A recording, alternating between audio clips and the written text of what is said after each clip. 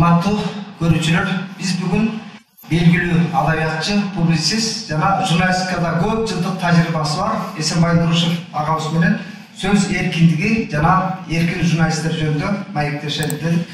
Бүгүнкү күндө азыркы бийлик эркин журналисттерге, журналисттиктөөчүлөргө кыргыйдай тап берген көрүнүштөр абдай өнүмүш адатка айланды да, жалган жалалар менен Болот Темировго наркотика сала коюшту, анан ар кандай кылмыштарды козгоп, анысы бир кошпой атат да.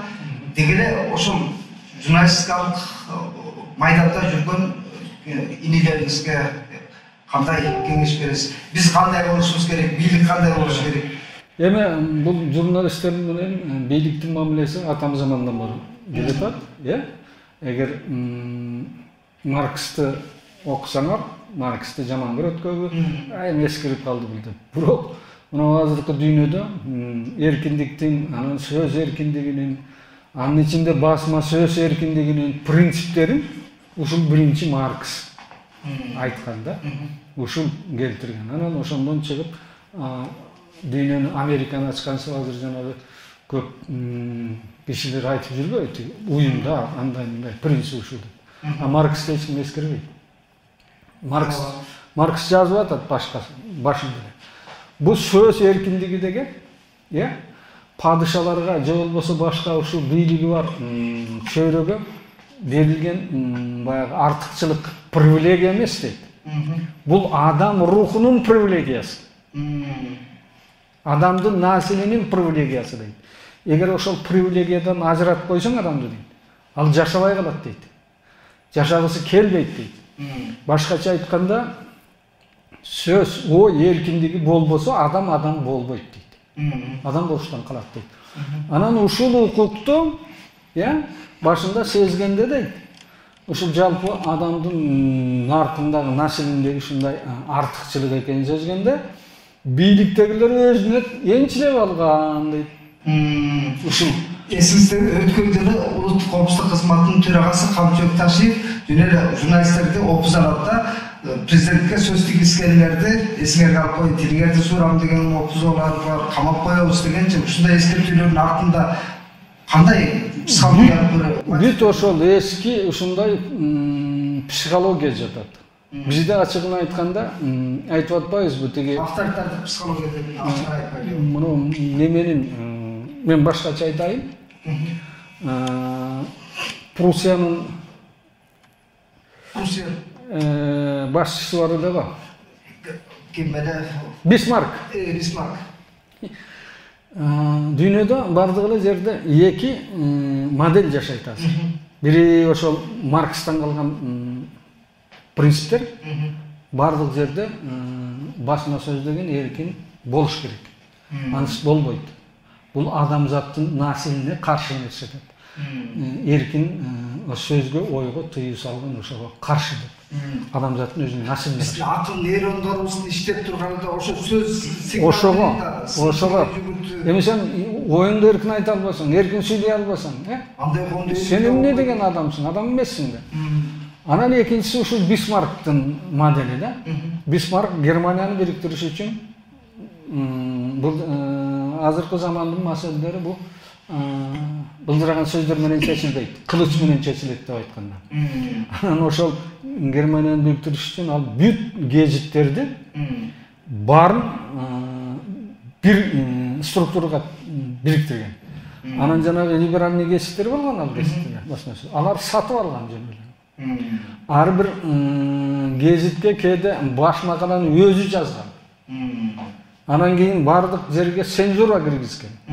Түгүл мына профессорлорду, ошолордун лексикасына чейин, тиги лекциясындагы сөздөргө чейин кейдигишип, анан эгер кичине эле мындай нерсе табылса, жөн эле сотсуз, мотсуз 3 жыл эскертип алсаң болду. Жумуштан кууп кирген, гезиттин болсо гезиттин жаап салган, тиги андай-мындай. Эсеге бизде болгон эң окуюу Садыр Жапаров президенттикке ат салышып атканда мынтип айткан. Мен эркин журналисттерге жана коррупцияны изилдеген журналисттерди колдойм, бийлик колдошу керек, биз аларга кол сунабыз деп, тескерисинче ошол сөзү журналисттерге капкан салгандай болуп калды. Кайра ошол коррупцияны иликтеген журналисттерди торго чыгарышат. Sen maga aytчы, кайсы президент ушу мен журналисттерге каршымын, сөз эркиндигине каршымын деп айтты. Атамбаев да тиги биринчи келгенде эле акайып айткан. Бул журналисттерди этият болгула.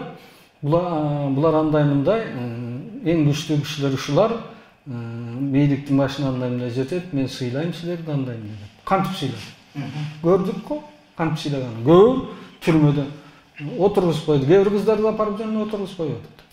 Талашып. Бакиевдин учурунда да ошондой болду.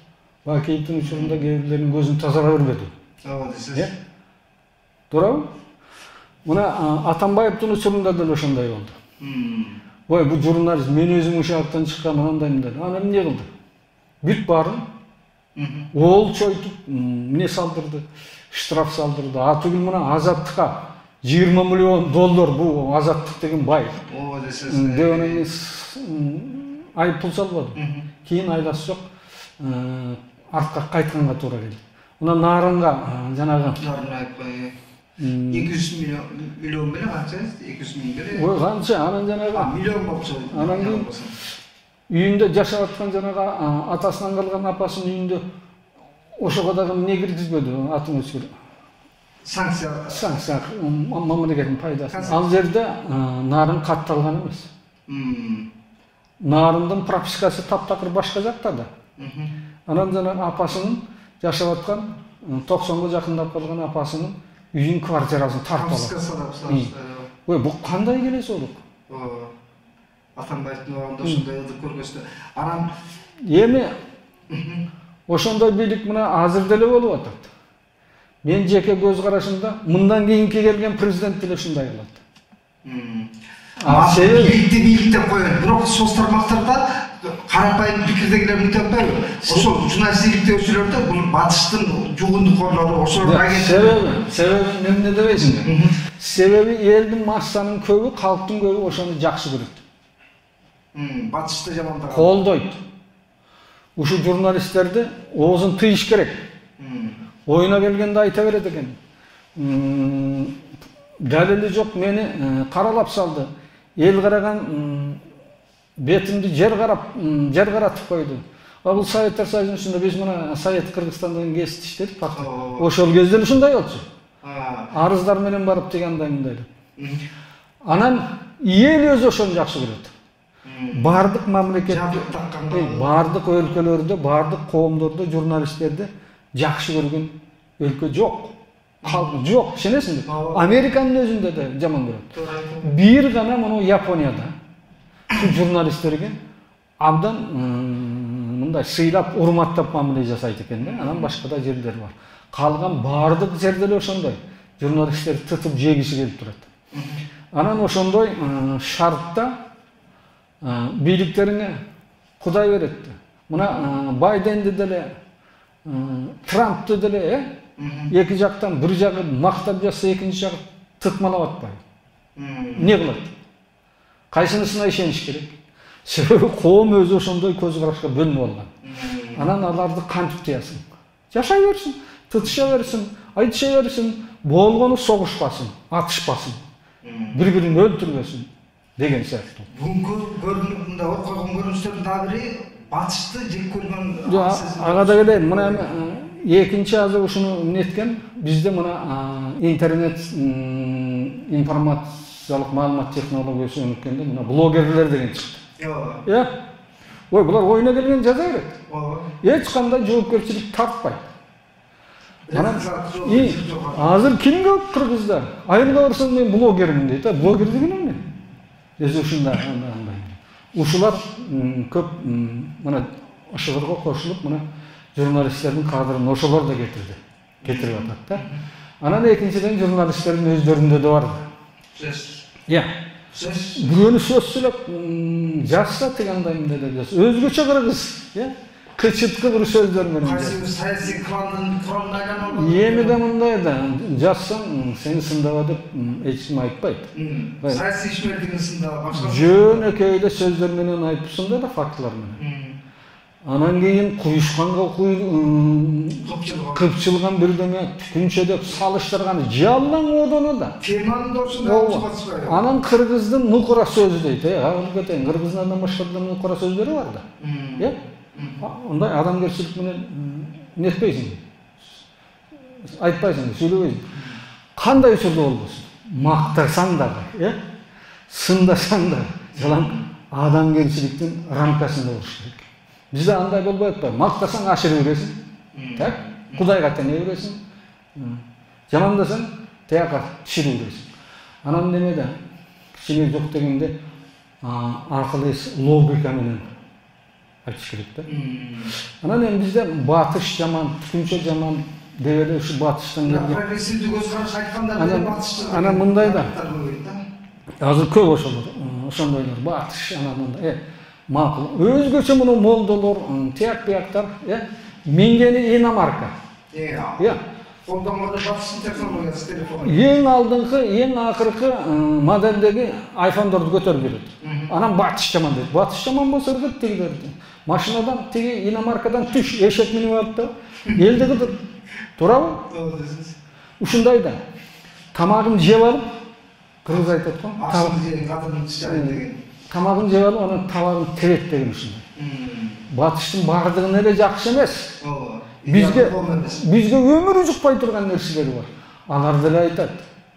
Биз силерге таанылабайбыз. Маселен, чучук жебегиле, жалаң йогурт жегиле.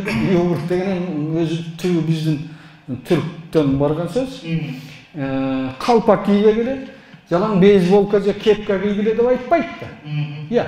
Ой, каалаганыңды жаса, өзүң ата салтыңды, улуттук кийимиңди кий, тиги андай мындай, маданияттуу бол, тиги андай өзүңдүн сакта деп айтып атпайбы? Жок, батыш жаман бизге андай. Батыш жаман болсо, биздин мамлекетте өзгөртүш керек. Кыргыз Республикасы дебеш керек. Каганат деш керек, же кээ бирлер айтып аткандай, Сойдуңуз, эрездеп сойдуңуз. Дагы башкалар деп айтыш керек. Республикадагы сөздү колдонбай деп айтып атпайбы. Анан президент дегенди айтпаш керек, жоюш керек. Падыша дейли, же ажо дейли. Ажо дейли. Же болбосо хан дейли. Ушундай сыяктуу. Жогорку кеңеш дегенде жоготуш керек анда. Парламент дегенде. Бул деген болгон эмес. Мунун баары ошол батыштын мамлекеттик түзүмүндө жашап атабыз. Анан батыш дегенге келгенде туйкас болуп атпайт. Дагы талуу тема. Элге өтө темасы дегенде бетибизге чапталмай күчөдө айрыкча мага соңку күндөрү кызын бул акчага ошо кыздын тагдырын оюн кылган, оюнчук кылган дегенчи анан күлгөндөн башка жообу жок да. Мындай болду. Баары дейт эгер өз башына келмейинче, көрүнгөн бир заман айтып келтире керек дейт.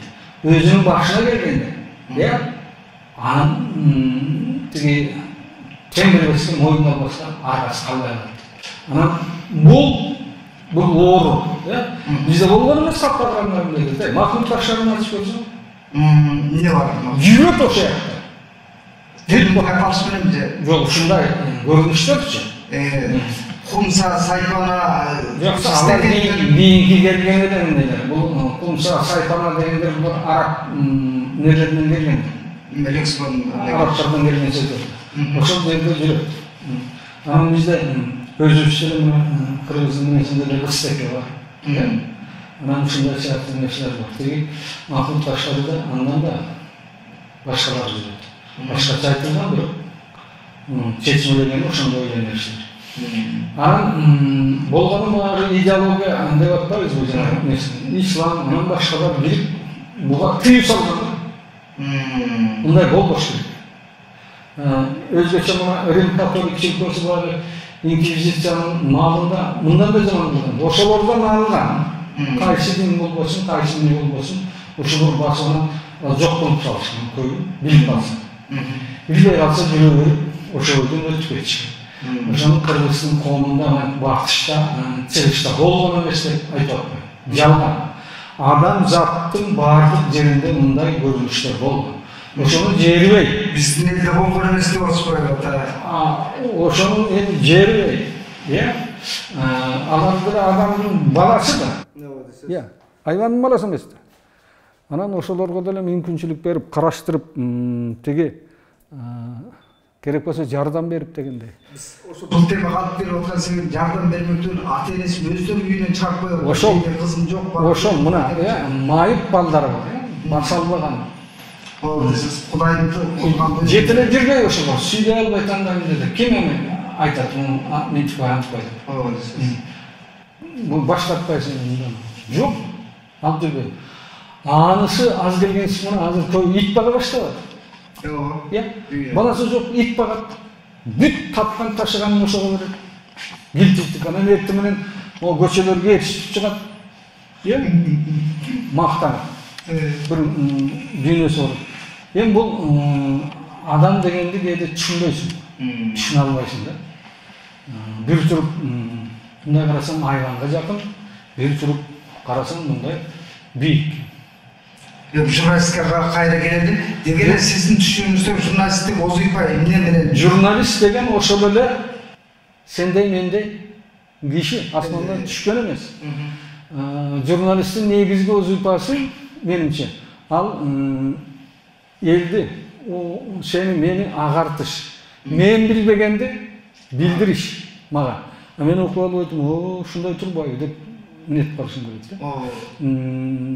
Саясий агартуучу болуш керек. Саясий, маданий, башка жактан бүт маалымат жактан агарта турган адам. Анан бирок мындай неме бар да. Ким десе, журналист ким десе, өзү билбегенди өзгөгө түшүндүргүсү келген адам журналист деп аталат. Түшүнүп атасыңбы? Өзү түшүнбөгөндү элге түшүндүргөнгө аракет кылат да. Башкача айтканда өзү билбегенди элге айтып акылды сунат. Мына ошол азыркы журналистиканын негизги белгилеринен болуп турат. Муну америкалыктар хонзо журнализм деп коет. Хонзо деген башы айнаган, акылы айнаган. Орусча айтканча крыша съехала. Ошондой журналист. Алар сен үчүн атайлап термин же маданияттуу сөз тандап отурбайт. Сөгө берет керек болсо, тиги андай мындай. Азыр заман ушундай болуп калды, ушундай тил менен, замандын тили менен сүйлөш керек, замандын мүнөзү менен айтыш керек. Абсолюттук акыйкат болбойт. Мен билген акыйкат ошонун бири деп коет. Болду. Башалама, анан кайсынысы туура экенин, кайсынысы туура эмес экенин чаташтыр. Эр болсоң ажыратып көр. Мына ушундай заман азыр. Азыр маалымат сегинде канчалык алтын сөздү айтсаңыз дагы элдин көбү убакытка ченеп калды да. Дегеле бүгүнкү тенденция ушул убакытка болгон сарамжалдык. Кандай карайсыз? Сөзүбүздүн соңунда убакытты кантип пайдаланалы, журналисттик миссияны мындай да. Бул жагынан да акылмандар көп. Мен бир таң калдым. Жап-жаш эле кыз экен, сары түгү түшөлөк бир интернеттен көрүп калдым. Анан ошону күндө пропагандалап атат. Ошо акыл айтып атат элге. Баланы кантип тарбиялаш керек, анан кантип нетиш керек, кайгылайм. Бала тарбиялаш деген эмне экенин билиш үчүн адегенде өзүң бала болушуң керек да, тарбиялап көрүшүң керек. Туурабы?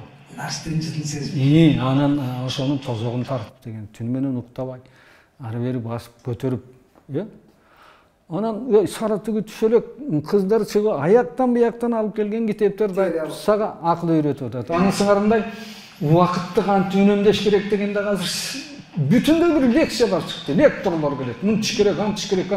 Өздөрү ошол убактысын болбогон иштерге коротот. Анан сага акыл айтат.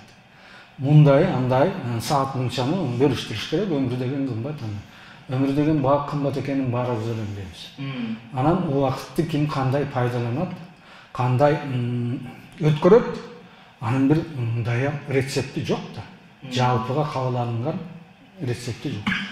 Убакыттын кулу болушубуз керекпи, болбош керекпи? Эми ал ар башка, эки башка.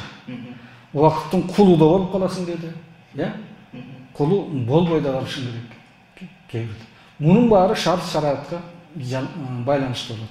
Сенден тышкары турган шарттарга жараша болот. Анан жөн эле бул өмүрдө акылдуусуна берген болбойт. Мен убакыттын кулу эмесмин, же болбосо мен андаймын, мен мындаймын дей бергенде болбойт. Убакыт бул адам баласы үчүн берилген чоң нерсе. Убакыт өмүр. Өмүрүң кандай өтөт, эмне кылыш керек? Аны сен алдын эле пландап күн мурунтан дептериңе жазып, саат мынчада муну кылам, саат мынчада антем минтен деп айта албайсың, планга албайсың. Ушундай менин көз карашым. Рахмат, урматтуу көрүүчүлөр. Сиздер менен бүгүн белгилүү адабиятчы, публицист Эсенбай Нурушев менен болгон маегибизди сунуштадык. Бизге катталыңыздар, башкалар менен бөлүшүп, пикир калтырыңыздар жана Patreon'га катталып коюңуздар. Ал сиздин колдооңуздар биздин журналисттик ишмердүүлүккө иликтөөчү журналисттерге чоң огожо.